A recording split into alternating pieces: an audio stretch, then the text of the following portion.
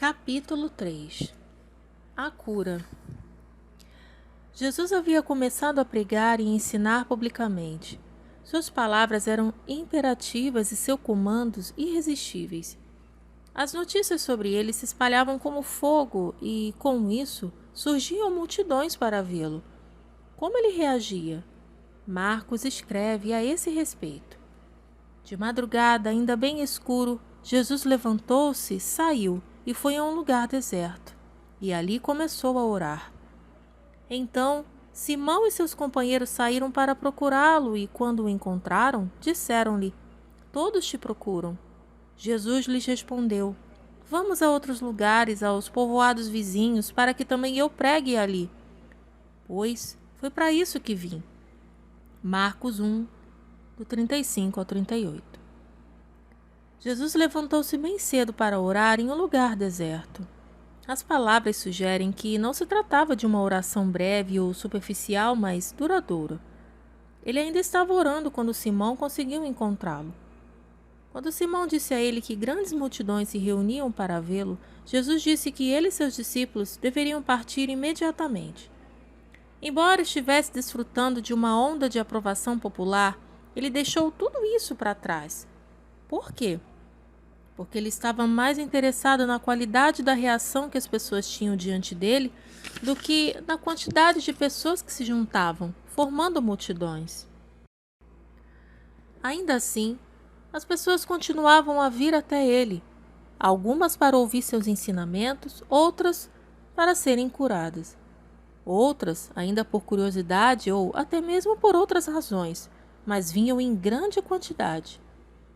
Alguns dias depois, Jesus entrou outra vez em Cafarnaum e souberam que ele estava em casa. Muitas pessoas reuniram-se ali a ponto de não haver lugar, nem mesmo diante da porta. E ele lhes anunciava a palavra. Então, chegaram alguns homens trazendo-lhe um paralítico, carregado por 4 deles. Impedidos de aproximar-se dele por causa da multidão, removeram parte da cobertura da casa, abrindo passagem pelo teto, acima do lugar em que Jesus estava. Então baixaram a maca em que o paralítico estava deitado. Vendo-lhes a fé, Jesus disse ao paralítico: "Filho, os teus pecados estão perdoados." Marcos 2, do 1 ao 5. Que cena dramática! Se eu visse alguém descendo pelo teto enquanto eu estivesse pregando, eu pararia tudo, pois ficaria sem palavras. O que esses homens estavam tão determinados a conseguir de Jesus? Bem, a princípio não parece que Jesus entendeu. Jesus se volta para o homem paralítico e, em vez de dizer: "Levanta-te, estás curado", ele diz: "Filho, os teus pecados estão perdoados." Se esse homem fosse alguém do nosso tempo, acredito que teria dito algo do tipo: "Bem, muito obrigado, mas não foi isso que pedi. Sou paralítico, tenho um problema mais urgente aqui."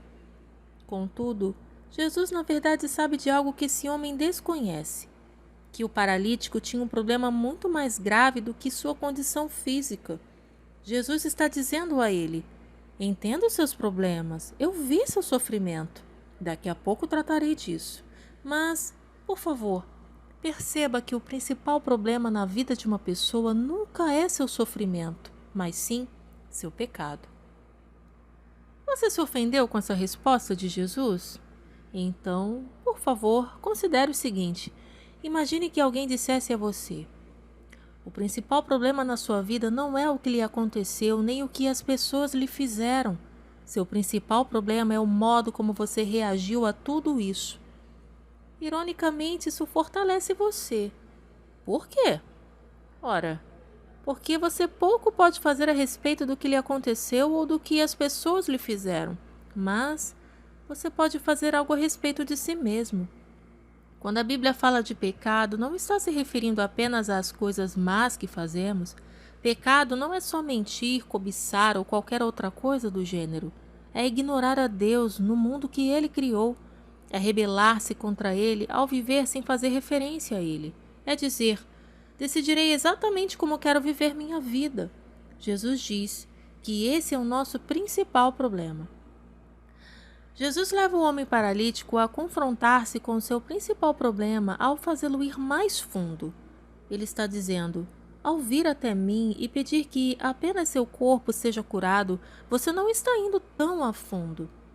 Você subestima a profundidade dos seus anseios, dos anseios do seu coração. Naturalmente, todo paralítico deseja, com cada partícula do seu ser, voltar a andar. Com toda certeza, esse homem estava depositando todas as suas esperanças na possibilidade de voltar a andar. Em seu coração, certamente ele dizia: se eu pudesse voltar a andar, estaria feito na vida, nunca mais seria infeliz, nunca mais reclamaria de nada. Se pudesse voltar a andar, tudo o resto ficaria bem. Mas Jesus lhe dizia: você está enganado, meu filho. Isso pode até parecer meio cruel, mas é uma profunda verdade. Jesus está dizendo: quando eu curar seu corpo, se isso for tudo o que eu fizer, você achará que nunca mais será infeliz novamente. Mas espere alguns meses, pois essa euforia não dura muito. Ela vai passar. As raízes do descontentamento que habita o coração humano são profundas. Ninguém conseguiu articular melhor o estrago causado por esse descontentamento do que Cynthia Hamel, que costumava escrever para o jornal Village Voice. Ela escreveu um artigo que jamais esqueci. Com o passar dos anos, ela conheceu diversas pessoas que lutavam para ser atores e atrizes, trabalhando em restaurantes ou teatros para pagar as contas no fim do mês, mas, em belo dia, conseguiram conquistar a fama.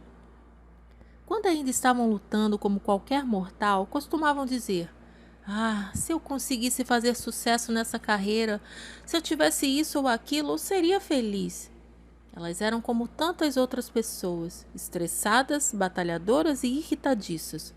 No entanto, quando de fato alcançaram a fama que tanto sonhavam, tornaram-se insuportáveis. Passaram a ser pessoas instáveis, iradas e cheias de manias. Não só arrogante como era de se esperar, pior do que isso. Elas agora se sentiam mais infelizes do que antes. Cynthia disse: eu morro de dó de celebridades. Morro mesmo. As celebridades já foram um dia seres humanos perfeitamente agradáveis, mas agora sua ira é uma coisa horrível.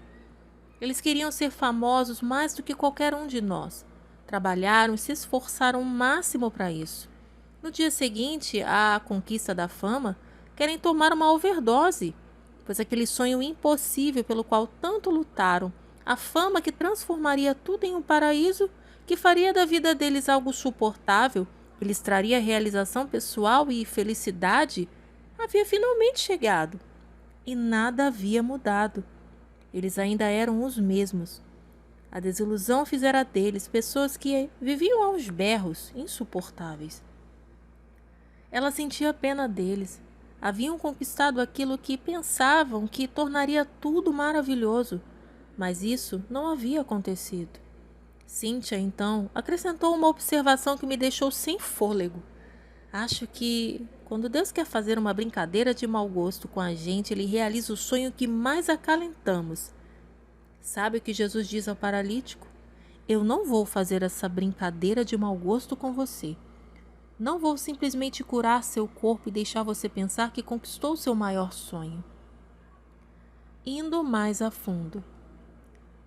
A Bíblia diz que nosso verdadeiro problema é que todos nós construímos nossa identidade sobre qualquer coisa, menos Jesus. Pode ser o sucesso na carreira ou mesmo algum relacionamento, ou até mesmo se levantar da maca e sair andando. Mas estamos sempre dizendo: se conseguisse isso, realizaria meu grande sonho, então tudo mais ficaria bem. E sonhamos que aquilo poderá nos salvar do esquecimento, da desilusão e da mediocridade. Fazemos desse desejo o nosso salvador. Ninguém usa essa palavra, evidentemente, mas na prática é isso que acontece. E se nunca conseguimos realizar esse desejo, ficamos com raiva, nos sentimos vazios e infelizes. Todavia, se conseguirmos realizá-lo, acabaremos nos sentindo ainda mais vazios, mais infelizes. Isso acontece porque distorcemos nosso grande sonho ao fazer dele o nosso Salvador. E quando finalmente conseguimos realizá-lo, ele se volta contra nós. Jesus diz: Veja bem, se você tiver a mim, eu o realizarei de verdade, e mesmo que você fale, eu sempre o perdoarei. Eu sou o único Salvador capaz de fazer isso. Mas isso é algo difícil de perceber. Muitos começam buscando a Deus indo à igreja por causa de problemas. Ali pedem que Deus lhes dê um empurrãozinho para que possam voltar a tentar se salvar, a tentar realizar seu grande sonho. O problema é que estão em busca de um Salvador que não é Jesus. Quase sempre, quando pela primeira vez eles vão até Jesus e dizem: "Esse é meu maior sonho", ele lhes responde que precisam ir mais fundo do que isso.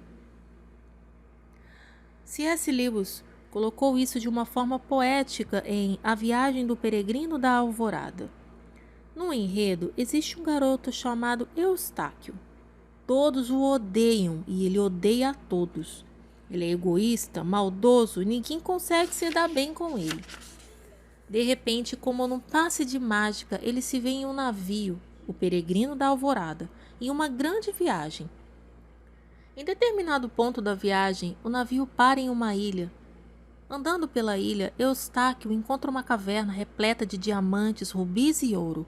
Ele pensa: "Puxa, estou rico!" Na mesma hora, por ser como ele é, pensa que agora vai conseguir dar o troco em todo mundo. Todos que tinham rido dele, pisado nele ou lhe feito alguma desfeita receberiam o troco. Então, sobre a pilha de tesouro, que era de um dragão, embora ele sequer imaginasse isso, ele pega no sono. No entanto, por ele ter caído no sono com a cabeça cheia de gananciosos pensamentos de dragão, quando acorda, percebe que ele próprio se transformou em um dragão. Um dragão enorme, terrível e horroroso. Ele logo percebe que não tem saída, não pode voltar para o navio. Por isso será deixado para trás, na ilha, e será uma criatura horrenda pelo resto da vida. Então, o garoto entra em desespero. Certo dia, Aslan, o leão, aparece, leva Eustáquio até uma piscina de águas claras e diz a ele para se despir e pular na água. De repente, Eustáquio percebe que se despir significa livrar-se da pele de dragão. Ele começa a morder e arrancar com as garras as camadas de pele e assim percebe que pode arrancar aquela pele de dragão. E assim descobre que pode arrancar aquela pele de dragão. Em um esforço contínuo, ele finalmente consegue arrancar toda a pele, mas, para o seu desalento, descobre que por baixo daquela pele havia outra pele de dragão. Por mais 2 vezes tenta arrancá-la, mas sem sucesso.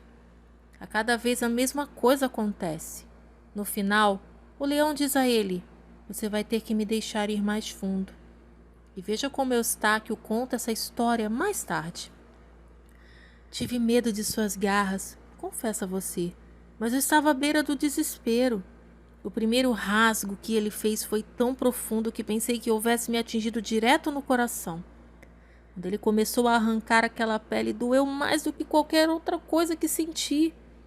Bem, ele arrancou por completo aquela pele animalesca, como eu pensava ter feito eu mesmo naquelas 3 vezes, com a diferença de que não havia doído antes.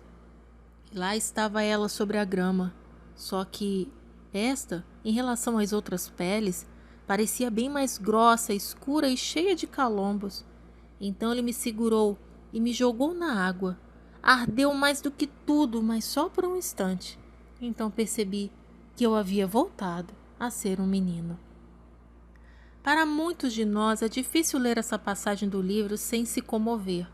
Afinal, assim como o homem paralítico, assim como Eustáquio, pensávamos que, se tivéssemos uma pequena ajuda, conseguiríamos salvar a nós mesmos. Mas aprendemos que Jesus queria que fôssemos mais a fundo. Tivemos que permitir que ele usasse suas garras para chegar ao nosso coração e reconfigurar a essência daquilo que nosso coração desejava.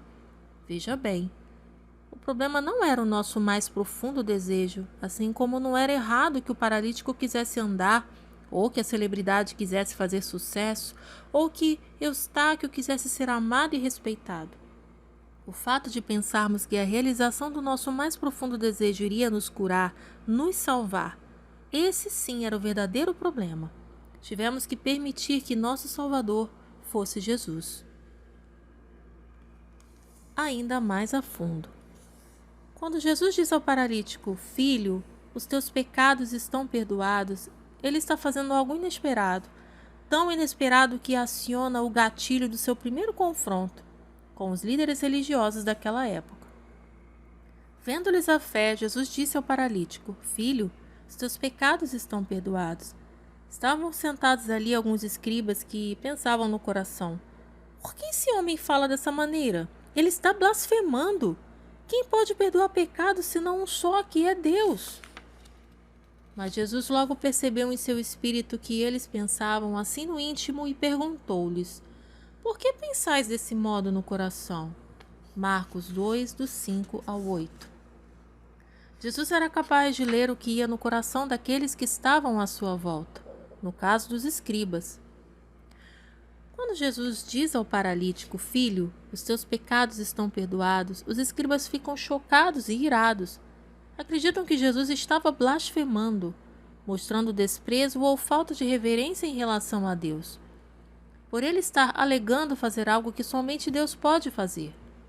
Eles pensam consigo mesmos: Quem pode perdoar pecado senão um só, que é Deus? E eles estão cobertos de razão. Vamos imaginar que fulano, beltrano e cicrano estão conversando. De repente, fulano dá um soco bem na boca de beltrano. Há sangue por todo lado. Cicrano se dirige a fulano e diz: Fulano, eu perdoo você por ter dado um soco em beltrano. Está tudo bem, vamos esquecer isso. O beltrano dirá tão logo que ele se acalme: Cicrano, você não pode perdoá-lo, só eu posso. Ele não agiu mal com você, mas sim comigo. Você só pode perdoar um pecado se ele tiver sido praticado contra você. É por isso que quando Jesus olha para o homem paralítico e diz: Filho, os seus pecados estão perdoados, ele na verdade está dizendo: seus pecados foram realmente contra mim. A única pessoa que pode dizer isso para um ser humano é o Criador, Jesus Cristo. Ao perdoar os pecados do homem, alega ser o Deus Todo-Poderoso. Os escribas sabiam disso. Aquele homem não estava apenas alegando fazer milagres, mas sim que era o Senhor do universo, e eles ficaram compreensivelmente irados com isso.